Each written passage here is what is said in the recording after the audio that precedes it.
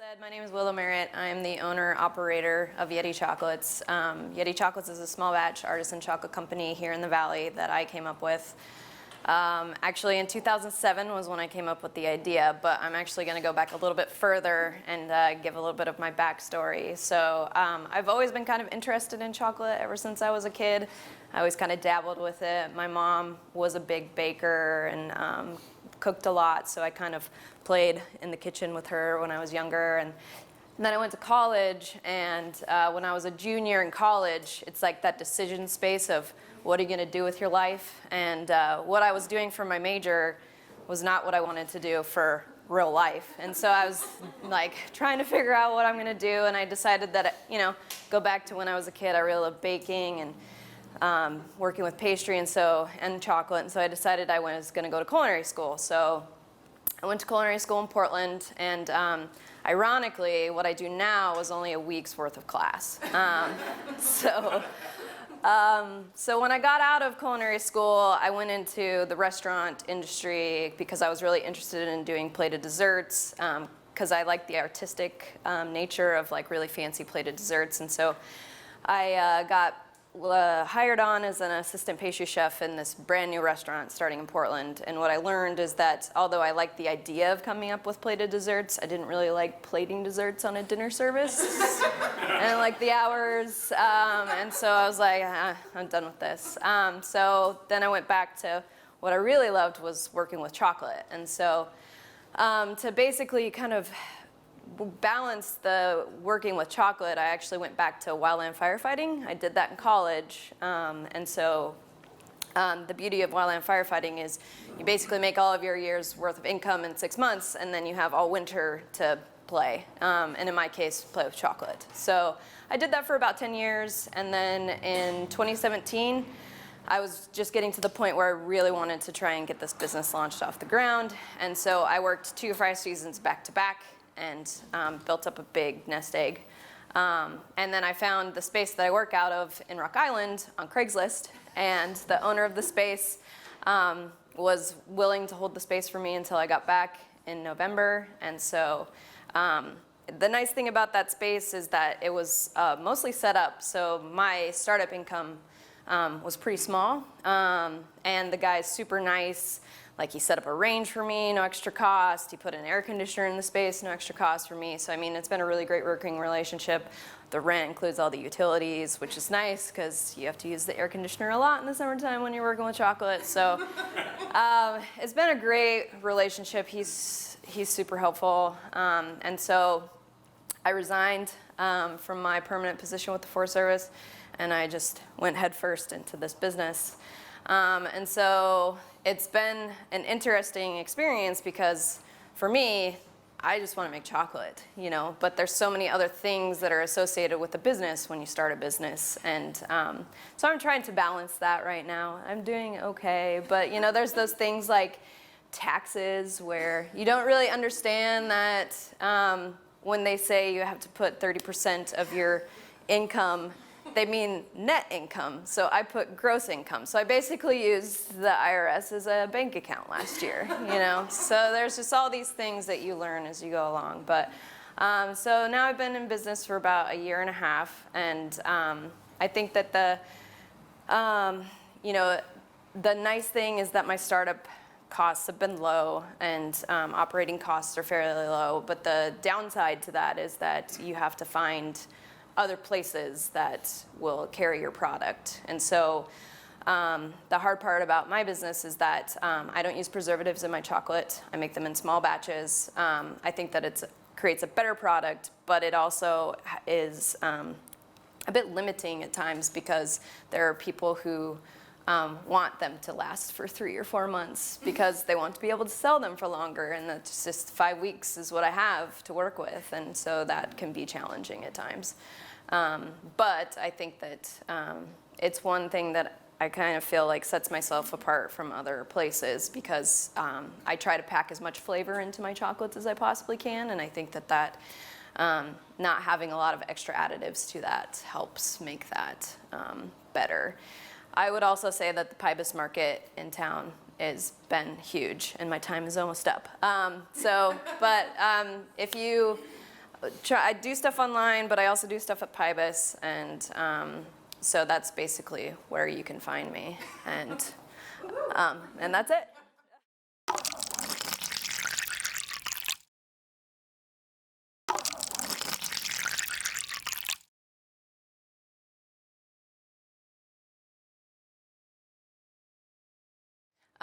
Yes, so currently I have my chocolates in 2 wineries up in Chelan and Manson. I have my product in one place recently in Leavenworth, a coffee shop in Leavenworth, and then just various other places.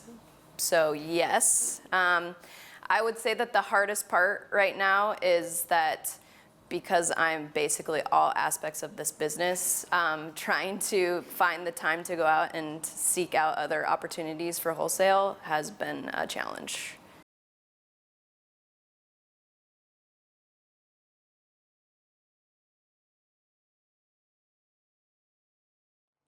Yes and no. Right now, no, but this winter, so the funny thing about this business is that it is very seasonally driven.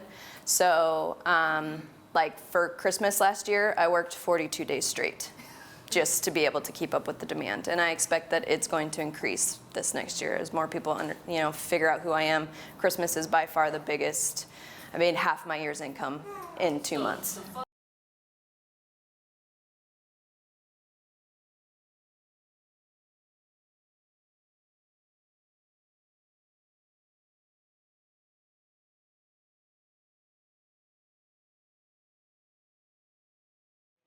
Yeah, and I've already started thinking about, I'm planning on hiring at least seasonal help through the Christmas season just because I know that I won't be able to keep up. And there's the chocolate production side of things, and then there is the packaging, like just putting labels on boxes, cutting labels, that sort of thing, that would be be a lot easier to manage.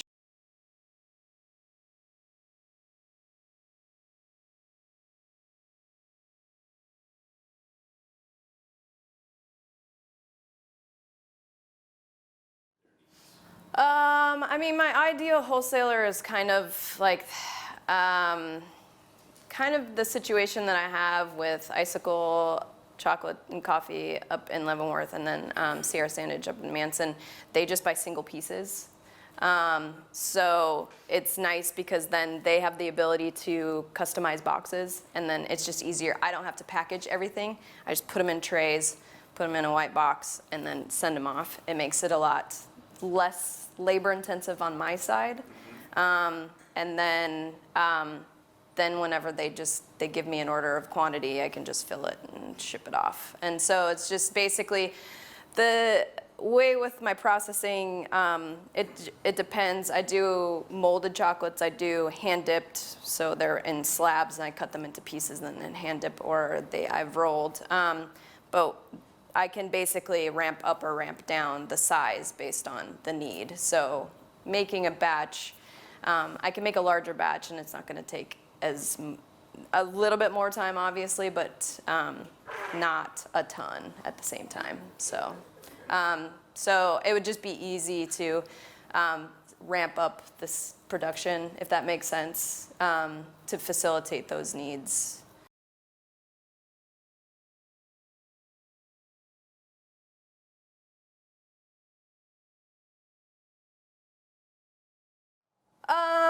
I do, like right now I'm in that tricky situation where with chocolates, it's very expensive to, like it's a specialized field. So with any specialized field, the equipment is really expensive. And so right now I'm in like that mid-tier of equipment needs, and to bump up to the next level, it's a substantial investment. And so I'm in that conundrum right now where it's like the business is becoming profitable, which is awesome with how little I've been in business, but it's obviously not profitable enough for me to make a salary and for me to be able to finance large equipment.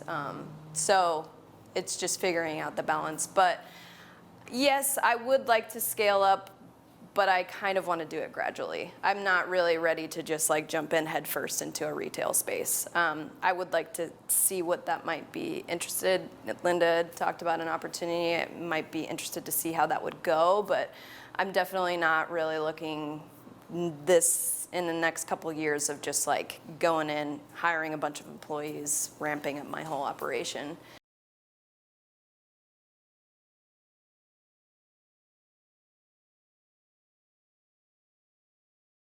I mean, they can get a hold of me on my website. That's through social media is a huge, I mean, to be honest, because I've been so overwhelmed, a lot of the business that I've generated has been business that has come to me and said, hey, I want to work with you. And I'll be like, yeah, that's great. It's just finding that balance of like, keeping up with my own production and then seeking out, because it's not that I'm necessarily overwhelmed with what I'm doing, but at the same time, you know, you kind of push things back. Like I just remembered yesterday that it's July 3rd now and I haven't sent out my monthly newsletter to all of my, you know, subscribers. So it's just those little things that, you know, you kind of like, there's so many things that kind of happen, when you're the one person that does every single thing with the business, sometimes things get dropped. So, which is an unfortunate part of being the only one doing stuff. But yeah, contacting me on social media or through the website. I can give you my card if you want to give them to them so that they can get a hold of me. Or if you want to let me know who they are too, then I can make those contacts as well.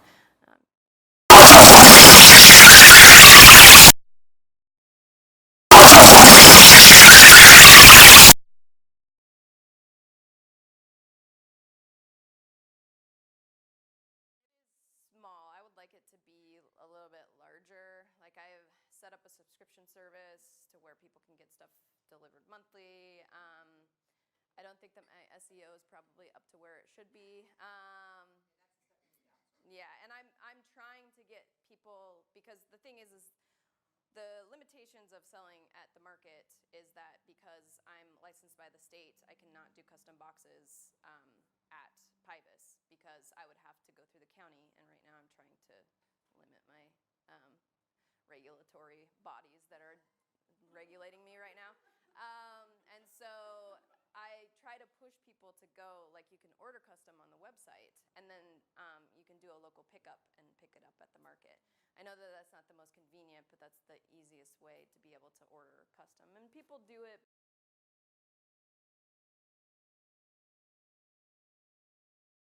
Yeah, I think that I would say that right now the biggest struggle that I'm having is the fact that I can't pay myself. It's hard for me to justify trying to be able to pay for somebody else.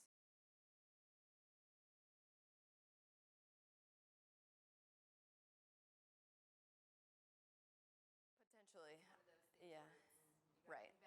Yeah, yeah, definitely. Yeah, it may be something that would be worthwhile.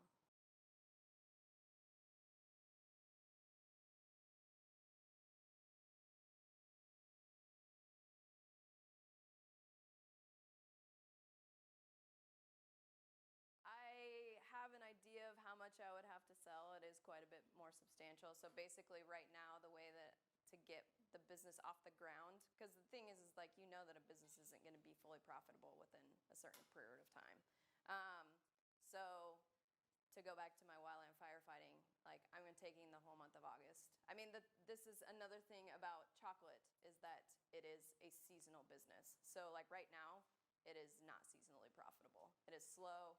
People don't want to buy chocolate. It's hot. Um, it melts. I could tell you, if I had $1 for everybody every time somebody said, I would love to buy it, but it will melt before I get it home, I would maybe have enough to pay myself. Um, so, um, so I'm basically putting the business on a hiatus and supplementing my income with contracting with the Forest Service. And I'm going to do that for a little bit, but I'm hoping to get to a point where I don't have to do that anymore. Um, but yeah, I mean, I know my dad always told me you got to spend money to make money, and it's like finding that balance of finding somebody that I can collaborate with to be able to get the word out, to find more people that I can wholesale with, then to ramp up things.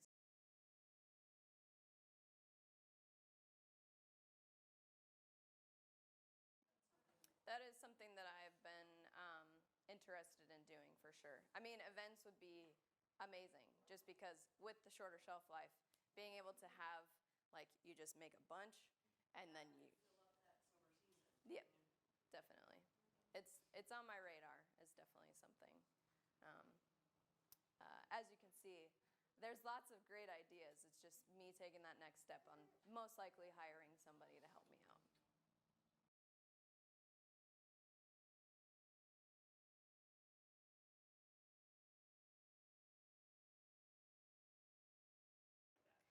Right. Well, and I mean, that is, again, that's the hard part about the person who just wants to make chocolates is as much as I do formulas a lot to figure out ganache batch sizes, and I really hate working with numbers. So, but it is definitely something I need to work for.